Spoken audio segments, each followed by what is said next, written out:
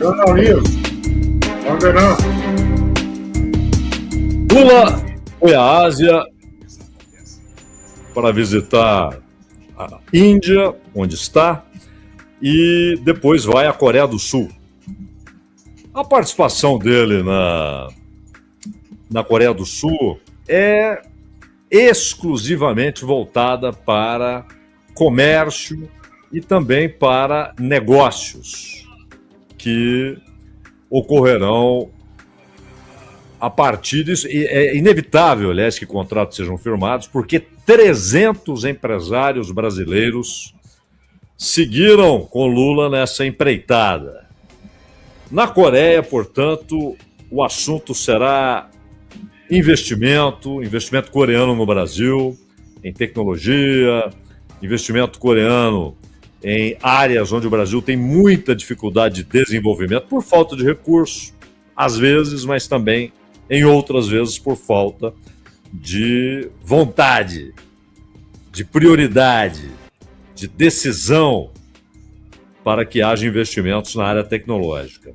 Por outro lado, na Índia, a conversa será diferente. Já tem sido, inicialmente, publicamente, esta quinta-feira foi dedicada à inteligência artificial. O Lula discursou, falou dos perigos da inteligência artificial, inclusive no campo político-eleitoral, as mentiras, as trucagens, tudo aquilo que a inteligência artificial permite num nível ainda desconhecido, mas que já tem sido um mecanismo, um instrumento. Nós já citamos aqui o que aconteceu na Indonésia, né? E o quanto aquilo, mesmo todo mundo sabendo, é o Sukarno, mas todo mundo sabia que o Sukarno morreu faz tempo. Mas ele dizendo, apoio tal candidato, e todo mundo sabendo que não era ele quem estava dizendo aquilo. É óbvio que aquele vídeo não era real, era inteligência artificial, mas mesmo assim aquela mensagem provocou efeitos emocionais, psicológicos na população. Entrou nas pessoas e conscientemente, racionalmente, sabendo que aquele não era Sukarno, a mensagem foi absorvida. Então, não se trata apenas do truque puro e simples, com toda a pretensa perfeição tecnológica, mas a possibilidade de uma mensagem ser entregue, ser introduzida no inconsciente coletivo. É como se no Brasil Getúlio Vargas aparecesse dizendo eu apoio o candidato. Todo mundo sabe que não é o Getúlio Vargas. O sujeito que ele está dizendo que apoia era um bebê ou uma criança, ou nem havia nascido quando o Getúlio tirou a própria vida. Todo mundo sabe. Mas aquela mensagem, ela é portadora de um poder de convencimento. Ela influencia a disposição das pessoas, que acabam absorvendo, ainda que inconscientemente, a mensagem de um Getúlio Vargas inexistente, de um Getúlio Vargas virtual, que nunca teria dito aquilo que a inteligência artificial disse. Então Lula pede regulação. Quando ele diz que a ONU deve comandar esse jogo, é uma ilusão. É uma ilusão. Ninguém leva a ONU a sério, a não ser quando é conveniente. E qualquer iniciativa só será levada a sério com consenso no Conselho de Segurança. Aí sim, se China, Rússia, Estados Unidos, principalmente esses três, Inglaterra e França têm poder de veto, mas nunca vetam, a não ser em casos excepcionalíssimos, a posição defendida pelos Estados Unidos. Então, se esses três concordam, aí você tem uma decisão de alcance considerável. Agora, a ONU, secretário-geral, ou uma decisão por aclamação na Assembleia Geral, isso é nada. Nada. As empresas de tecnologia vão receber com um riso sarcástico qualquer recomendação da ONU. Isso tem de ser feito país por país. Deve haver acordos internacionais entre países, não via ONU. A ONU é irrelevante nesse jogo. Mas o Lula fala de ONU porque insiste na história de que precisamos retomar o multilateralismo em termos econômicos, em termos de produção, em termos de cadeia de produção, em termos de sistema de produção e de relação entre capital e trabalho. O multilateralismo nada mais é do que um eufemismo idealizado, né? Dourador de pílulas para a divisão internacional do trabalho. Algo que interessa muito à China, porque ela está ganhando esse jogo. Agora, sem essa de apresentar o multilateralismo como o mundo ideal, o mundo a ser reencontrado. Até porque, quando havia aquilo que chamam de multilateralismo, e que nunca foi, sempre foi um jogo entre centro e periferia, entre países desenvolvidos e países pobres, entre países que produzem valor agregado, industrializados e que dominam o processo de produção tecnológica, e os países que compram, quando podem, essa tecnologia e que vendem os minérios essenciais para essa tecnologia e a comida essencial para a vida. Esse é o jogo. Nunca houve o multilateralismo que é apresentado de maneira idealizada. Lula encontrou-se com Macron. E Macron disse, sim, nós vamos fazer um paredaço, um muro de contenção para a inteligência artificial, vamos controlar. É preciso deixar claro, do ponto de vista tecnológico, nenhuma iniciativa terá sucesso sem que haja um amplo acordo, rígido, entre países. E é imprescindível que os Estados Unidos participem desse acordo, porque estamos falando de produção de tecnologia. É imprescindível que a China participe desse acordo. Imprescindível. E aí, claro, é importante, não imprescindível, mas é importante que a Alemanha participe desse acordo, que a Índia participe desse acordo, que o Brasil participe desse acordo, mas Estados Unidos e China são imprescindíveis. Então não adianta o Macron dizer vamos fazer, vamos acontecer. Agora, Lula e Modi, à parte tudo aquilo que vai ser anunciado, olha, o Brasil deve procurar incrementar suas relações econômicas, não só comerciais, especificamente comerciais, mas econômicas com a Índia. Comercial é comprar e vender. Relações econômicas significam investimento. Significam investimentos, inclusive, em parceria para desenvolvimento de tecnologia, para produção industrial conjunta em complexos comuns. E a Índia está muito à frente do Brasil em algumas áreas, por exemplo, fármaco e mesmo tecnologia. Mas a Índia, embora tenha lá seus minerais, e tem, é um país grande, um país com terrenos diversos, não é? A Índia, ela também precisará dos minerais que existem no Brasil. Mas o governo brasileiro deve cumprir. Isso não é assunto para este mandato e nem para o próximo. Essa é uma exigência que vai se estender nas próximas décadas. De conseguir transformar aquela riqueza natural em riqueza humana, riqueza produtiva, riqueza tecnológica. E não apenas entregar a riqueza natural sem a capacidade, nem sequer, de processar essa riqueza. O Brasil hoje não tem capacidade de processar essa riqueza. E aí, essa pergunta está chegando. Ela está ali, está chegando. E a pergunta será: o Brasil fará uma revolução na sua capacidade de investimento e conseguirá processar essa riqueza, ou entregará, como quer o Trump, para que os Estados Unidos realizem esse processamento?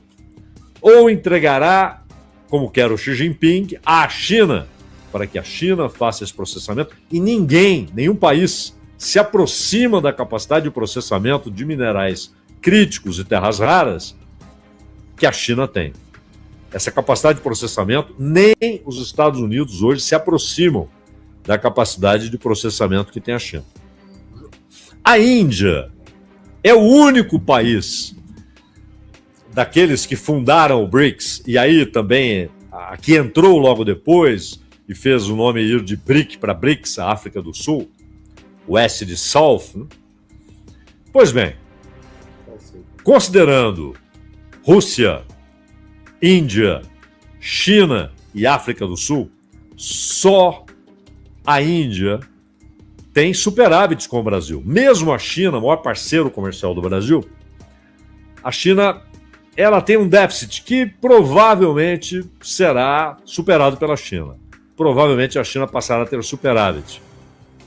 Porém, é tal o volume de minerais e alimentos, e nesse caso os minerais pesam consideravelmente, o trabalho da Vale, é tal o volume que o Brasil vende para a China, que o Brasil ainda tem superávit. Com a Índia, não. É um déficit persistente. Então eu preciso, primeiro, aumentar o volume de transações bilaterais. O que o Brasil vende para a Índia, o que o Brasil compra da Índia. Mas não é só isso. É preciso olhar para a Índia de uma maneira que era inviável há 20 anos. A Índia, em muito pouco tempo, será o terceiro produto interno bruto do mundo, só atrás de Estados Unidos e China. E mais, há uma projeção feita por acadêmicos na área econômica que basicamente indica o seguinte: talvez daqui a 10 anos, mas não se elimina a possibilidade de que seja daqui a 5 anos, haverá 3 grandes potências econômicas no mundo. Os dois óbvios, Estados Unidos e China, e a Índia. A Índia tem problemas sociais imensos, até porque tem a maior população do mundo, já superou a chinesa, e ao mesmo tempo sem o tipo de ordem social e econômica que há na China, embora ambos tenham o mesmo modo de produção, que é capitalista. Parem de idealizar o mesmo modo de produção nos dois países, Índia e China.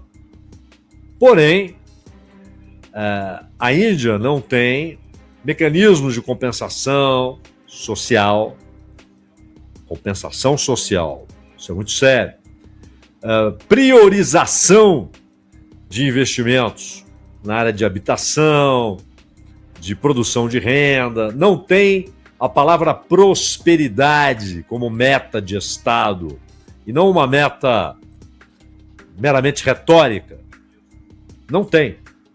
A Índia quer crescer, produzir riqueza. E claro, a produção bruta de riqueza também produz muita pobreza. E a Índia tem problemas sociais imensos, algumas áreas muito pobres no país. E qualquer área da Índia, qualquer região da Índia, nós estamos falando de centenas de milhões de pessoas. É um país que caminha para 1 bilhão e 500 milhões de habitantes, correto? Então não há dúvida que é um país singular, peculiar. Não há algo similar com as características históricas, demográficas da Índia. O Narendra Modi, ele representa um movimento que é anterior ao nascimento do Modi, quando ainda os britânicos dominavam a Índia, dominavam o chamado subcontinente, que compreendia o que é hoje a Índia, o que é hoje o Paquistão, o que é hoje Bangladesh. E também Sri Lanka. Pois bem, havia vários movimentos de resistência, movimentos para a independência. E um deles era, por razões históricas, por aquilo que ocorria naquele momento, um movimento de cunho nacionalista e, ao mesmo tempo, defensor do hinduísmo. É uma mescla, uma combinação de hinduísmo e nacionalismo. O Narendra Modi é um herdeiro desse movimento, que é majoritário na Índia. O Congresso Nacional, ele foi poder por muito tempo, inclusive com a Indira Gandhi. No entanto, o Congresso Nacional, Partido do Congresso, ele é um partido que tenta se apresentar como próximo do islamismo, do hinduísmo, do cristianismo. Não é esse o centro da sua atuação política. Mas é a ideia de independência, de soberania, etc., com preocupações sociais. Ora, várias eleições ocorreram desde que Modi chegou ao poder, e o partido que combina hinduísmo e nacionalismo tem varrido o Partido do Congresso, histórico Partido do Congresso, também formado antes da independência, muito antes da independência. E o próprio Mahatma Gandhi reunia em vários momentos, embora ele tivesse algumas ações pessoais, né, que não podem ser enquadradas nesses rótulos político-partidários ou de movimentos políticos, mas ele carregava muito dessa combinação nacionalismo e hinduísmo. E, apesar de tudo isso, ou seja, apesar do nacionalismo ser elemento vital nas bandeiras ideológicas carregadas por Modi, o Modi está cedendo. Notem que Lula e Modi, sem anunciarem isso, e não o farão, mas deixarão a entender que querem uma retomada de um bloco de não alinhados. Ora, nós já dissemos isso aqui várias vezes, conversando com o Ronald. Esse bloco de não alinhados que existia durante a Guerra Fria, ele era uma marca de fantasia. Só, exclusivamente a Iugoslávia de Josip Broz Tito era não alinhada. Ela havia rompido com a União Soviética. O Tito foi expulso do Cominform pelo Stalin, que falou que Tito era revisionista, isso em 49, mas o afastamento já ocorreu em 48, pouco tempo depois do Tito chegar ao poder. E ele era um partizan, ele era um grande líder partizan.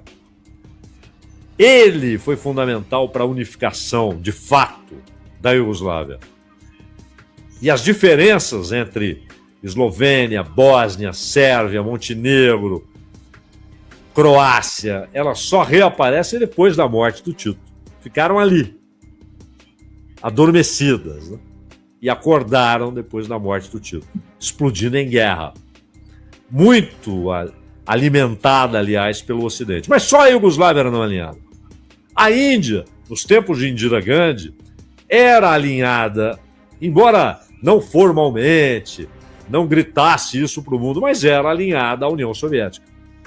Até porque o seu grande rival, Paquistão, era alinhado aos Estados Unidos. E o Brasil também. O Brasil, na Guerra Fria, não era neutro. O Brasil era tributário do grande poder dos Estados Unidos, poder econômico, político, militar. O Brasil, e quando houve um movimento de buscar um não alinhamento, inclusive com Jânio Quadros, mas depois com João Goulart, esse foi um dos, não único, é óbvio, mas um dos motivos para o golpe de 64. Golpe alimentado pelos Estados Unidos. Pois Lula e Modi voltam a falar, sem usarem a expressão não alinhamento, bloco de não alinhados não usam essa expressão, mas tentam tratar política externa desse ponto de vista do não alinhamento. Mas os fatos são irremediáveis.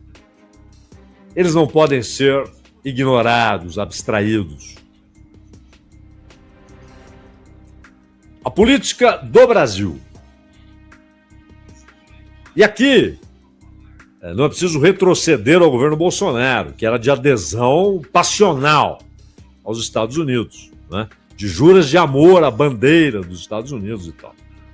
Mas no governo Lula, mesmo com aquele episódio das tarifas, e o Lula cresceu muito eleitoralmente para pensar em reeleição, com a bandeira da soberania, grande parte do país se indignou com o tarifaço e com a intromissão de Trump em assuntos internos do Brasil. Mas as decisões do governo brasileiro estão claramente alinhadas em política externa. Em política externa. Discursos à parte. Política, ações, com os interesses dos Estados Unidos. E a prova cabal disso é a Venezuela. A Venezuela ficou muito enfraquecida ao ter rejeitada a sua aspiração a pertencer ao BRICS. China, Rússia queriam, mas, até pela maneira como o BRICS funciona, disseram: esse é um assunto que o Brasil deve ter uma participação decisiva, porque é o seu subcontinente. E o Brasil disse não. Hoje, para tratar do sequestro de Maduro, o que está acontecendo hoje, inclusive, chegou lá o comandante lá do Comando Sul. Assim, portas abertas. Né? O governo venezuelano oficialmente diz: Maduro foi sequestrado, a Venezuela foi agredida. Mas ela está dando risada e tomando café. O governo venezuelano está dando risada e tomando café e brindando com o sequestrador e com o comandante, ou seja, o chefe do Comando Sul, que é o responsável militar por ações, inclusive no Caribe, mas em toda a América Central, América do Sul.